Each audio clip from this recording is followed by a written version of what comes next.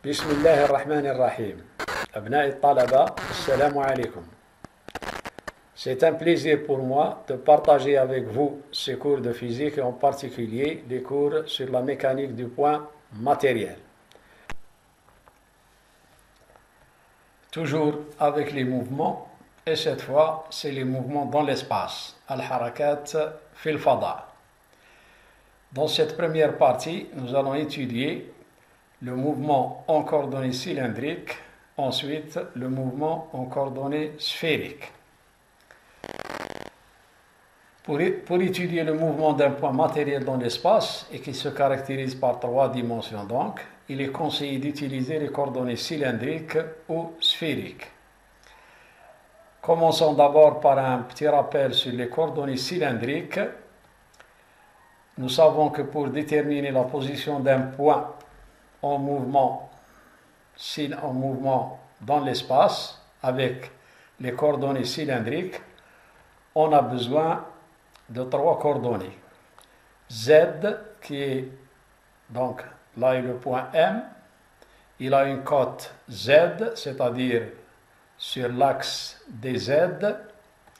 Il a un rayon polaire, c'est-à-dire ρ, qui est, lorsqu'on projette ce point grand M sur le plan OX, OY, on obtient ce point petit m sur le plan OX, OY. Donc la distance entre O et la projection du point mobile M sur ce plan, c'est ρ. On retrouvera bien sûr ici aussi, lorsqu'on projette M sur l'axe des Z, cette distance-là, c'est le rayon polaire. Et ensuite, nous avons l'angle polaire. L'angle polaire, c'est l'angle compris entre l'axe des X et, bien sûr, ρ. Voilà les 3 coordonnées cylindriques qu'on a bien détaillées lorsqu'on a étudié les principaux systèmes de coordonnées. Ça, il faut le retenir. On sait aussi les relations entre les vecteurs de la base U, ρ, φ, UZ, c'est-à-dire la base cylindrique, et ceux de la base cartésienne I, J et K.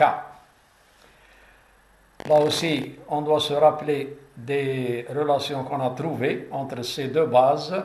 U, c'est égal à I cosinus phi plus J sinus phi, et U phi, c'est moins I sinus phi plus J cosinus phi. Pour ce qui est de UZ, il est égal à K, c'est-à-dire le même vecteur que pour les coordonnées cartésiennes. Alors maintenant, passons à l'étude du mouvement coordonné cylindrique, après ce rappel indispensable. La position du mobile M, elle est définie bien entendu par les coordonnées algébriques de la base des coordonnées cylindriques Z, ρ et φ. Puisque le mobile M est en mouvement, ça veut dire que les 3 coordonnées sont variables. Ces 3 coordonnées varient en fonction du temps, donc ce sont 3 fonctions horaires. Nous savons, bien sûr, nous avons cette image depuis que nous avons étudié les coordonnées cylindriques. On a ici les 3 coordonnées ρ, Z et φ. Bon, on connaît les lignes des coordonnées Z qui est parallèle à l'axe des Z, la ligne de coordonnées φ qui est tangente au cylindre et la ligne de coordonnées ρ qui est perpendiculaire à la surface du cylindre. Voilà la base cylindrique, Uρ, Uφ et UZ. Remarquez que les trois vecteurs sont orthogonaux. Voilà les vecteurs de la base cartésienne, I, J et K. De là, la position du point M est déterminée par le vecteur position OM. Donc ce OM-là, c'est égal à R, UR. R, c'est le vecteur position OM, et bien sûr sur ce vecteur OM se situe bien sûr le vecteur unitaire UR. Donc nous pouvons écrire que OM au grand M est égal à O petit m plus petit m grand M, c'est-à-dire la somme de ces deux vecteurs. Or, OM c'est égal à ρ U, vecteur unitaire suivant ρ, et bien sûr Z K ou bien UZ, c'est la même chose. Donc il faut retenir ça en tête. Finalement, là aussi on a le vecteur position dans la base en coordonnées cartésiennes, et ça, c'est le vecteur position en coordonnées cylindriques. Remarquez qu'on a seulement URO et UZ, on n'a pas UFI.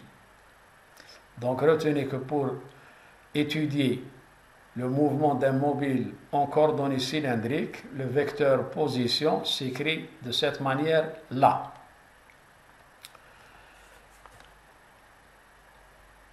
Le vecteur vitesse, on l'obtient par dérivation, bien entendu. Donc maintenant, tout ce qui va suivre, c'est des dérivations, donc c'est des mathématiques.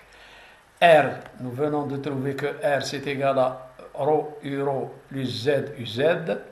Donc si je dérive R, qui est égal à la vitesse par rapport au temps, bien entendu, donc ça me donne la dérivée de ρ par rapport au temps qui est dρ sur dt fois euro plus ρ d euro sur dt, plus la uz est constant. Ce vecteur unitaire uz, il ne varie pas. Donc, il est constant, seul z varie. C'est pour ça que ici, on a uz dz sur dt, mais on n'a pas z duz sur dt parce que uz est constant. Seulement, ici v est exprimé en fonction de euro, de uz, mais là on a la dérivée de euro. Or, on sait que que ce soit pour le vecteur position, ou le vecteur vitesse, ou le vecteur accélération, tous ces vecteurs doivent être exprimés en fonction des vecteurs unitaires de la base cylindrique euro, uz et uφ, pas en fonction de leur dérivée. C'est pour ça que je dois calculer la dérivée de euro par rapport au temps. Partons bien sûr de l'expression de euro qu'on connaît, et cosinus phi plus j sinus phi. Si je dérive cette équation-là, cette fonction, donc j'aurai 2 euro sur dt égale. Alors là, la dérivée de cosinus phi, c'est d'abord moins sinus phi dφ sur dt, plus j, la dérivée de cosinus de sinus phi, c'est cosinus phi, dφ sur dt, ce qui me donne u phi en facteur commun, dφ sur dt, facteur commun, et j'ai ici sinus phi, cosinus phi, moins sinus phi, plus cosinus phi, j bien sûr. Je remarque que moins sinus phi plus j cosinus phi, ce n'est autre que u phi. En fin de compte, c'est-à-dire que d euro sur dt, d euro sur dt, c'est égal à u phi phi point. Donc cette expression, nous venons de la découvrir pour la première fois, donc mettez-vous ça en tête.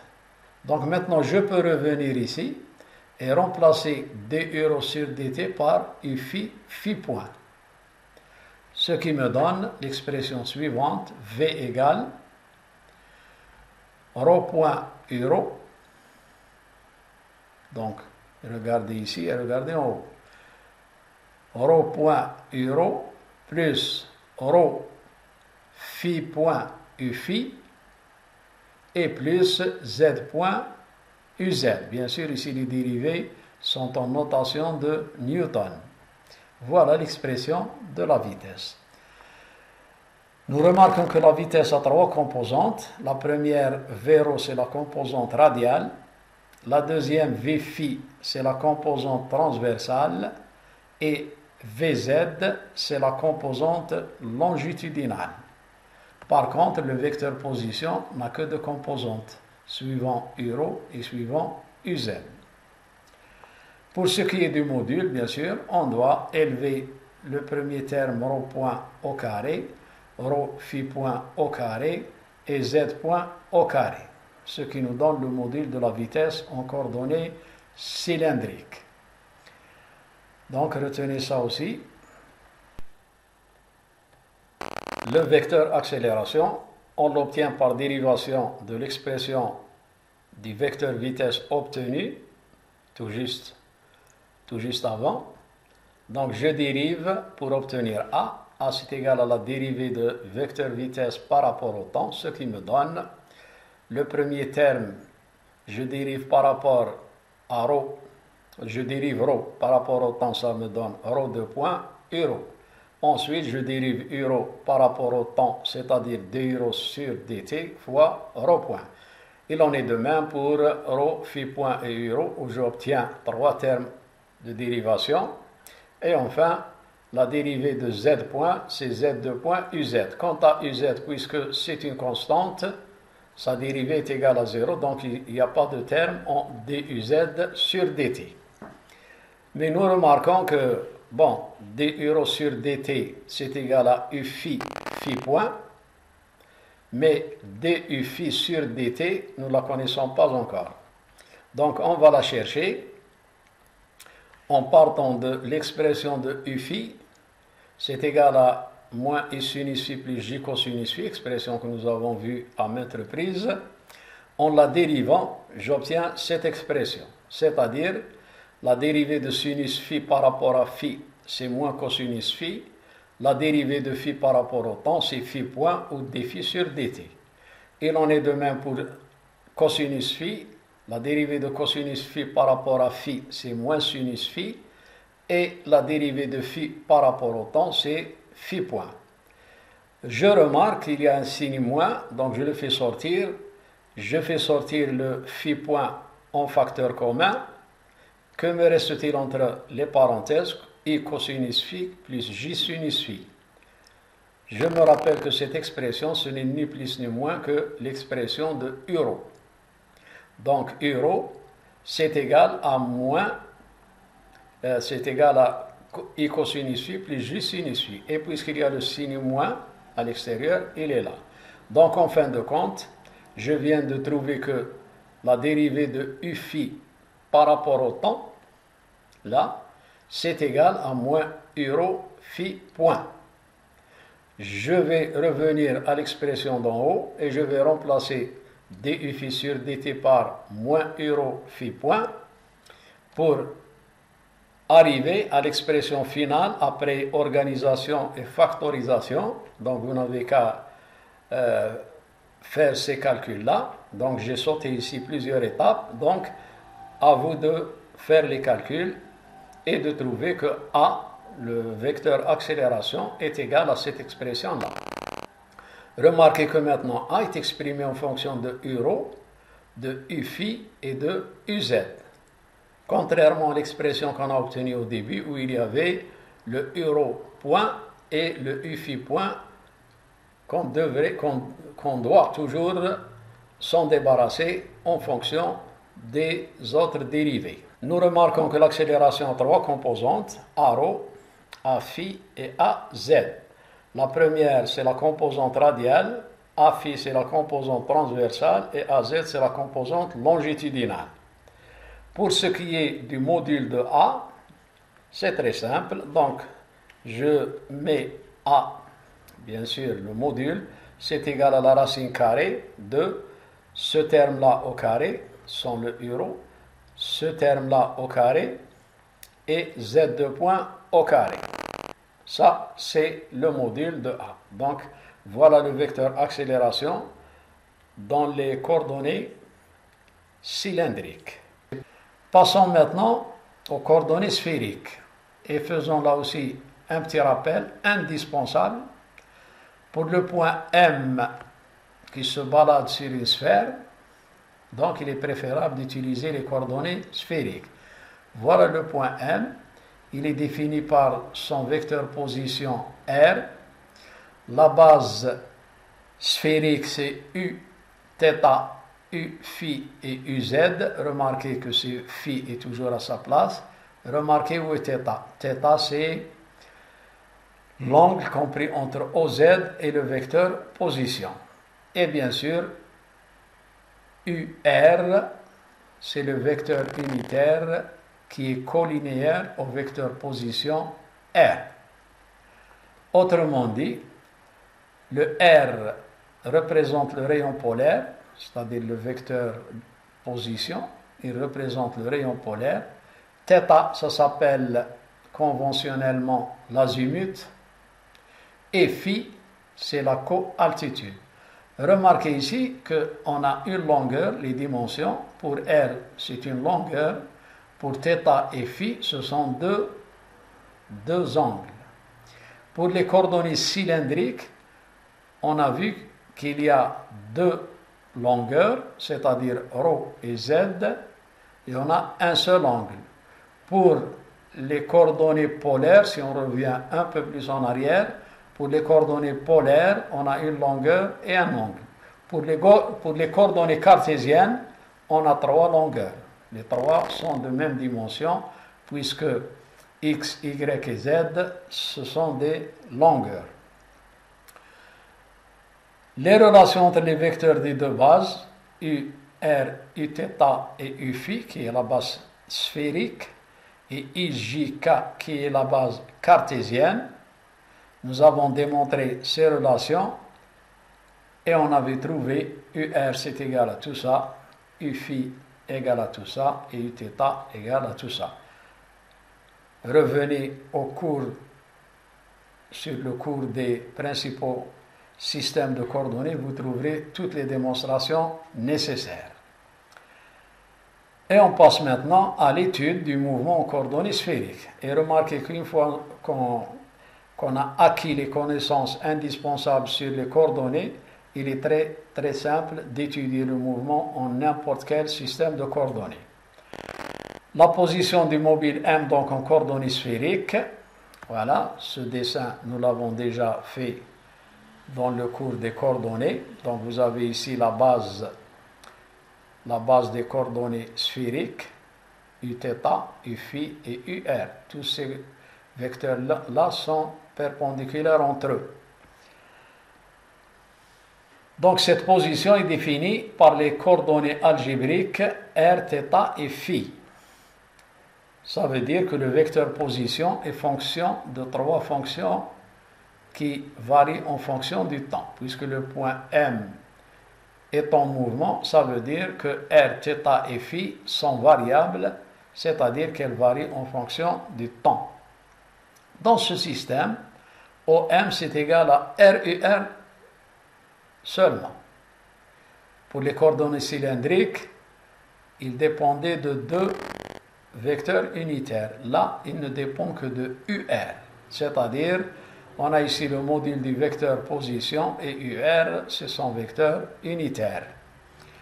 Autrement dit, je vous donne ce conseil-là, n'apprenez pas les lettres mais leur sens, c'est-à-dire, ici vous avez θ, c'est l'angle entre OZ et OM, et Φ, c'est entre OX et O petit m. Dans d'autres références, dans d'autres livres de physique, vous trouverez le contraire, c'est-à-dire que Φ à la place de θ et θ à la place de Φ. Mais ce n'est que des conventions, donc ça dépend de ce qu'on appelle l'abscisse, la coordonnée θ ou bien φ, c'est-à-dire qu'est-ce qu'on désigne par φ et qu'est-ce qu'on désigne par θ. S'il y a le contraire, ça ne change en rien le sens et la définition de ces coordonnées. Le vecteur vitesse, donc c'est toujours la même méthode, donc on doit dériver ce vecteur R, donc ici c'est simple puisqu'on n'a que le produit de deux fonctions variables, c'est-à-dire c'est le R.UR plus RUR. Mais le problème ici, c'est toujours le même. On a la dérivée du vecteur unitaire. Donc, il ne faut pas laisser cette expression sous cette forme, mais il faut chercher quelle est la dérivée de UR pour pouvoir exprimer V en fonction des vecteurs unitaires de la base sphérique seulement. On doit donc dériver UR par rapport au temps. Il faut d'abord savoir quelle est l'expression de UR. Donc il faut la connaître. Voilà l'expression de UR qu'on a obtenue auparavant.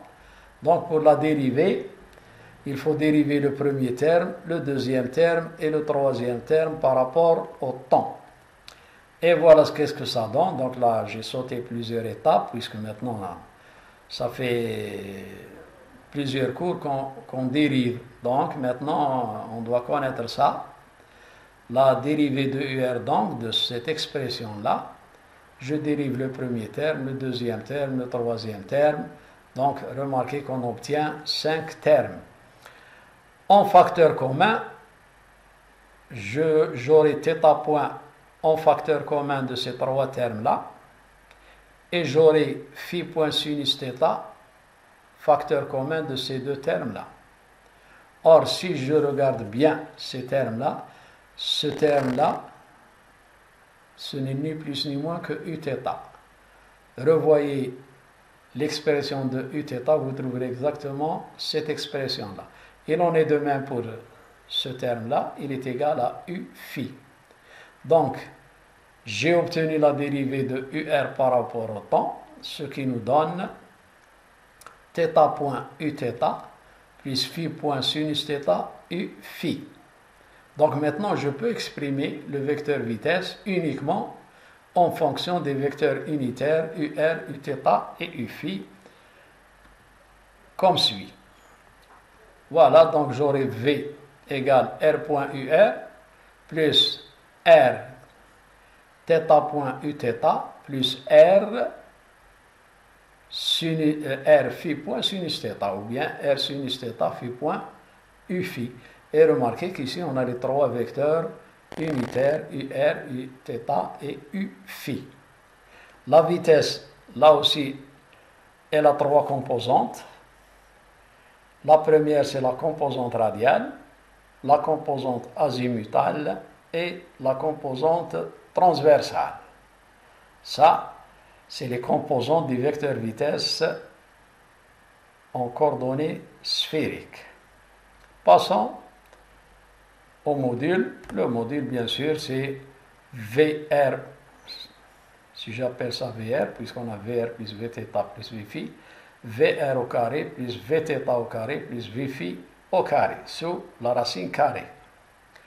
L'accélération du mobile continue en nos dérivations, donc maintenant on doit dériver toute cette expression-là qu'on a obtenue pour le vecteur vitesse.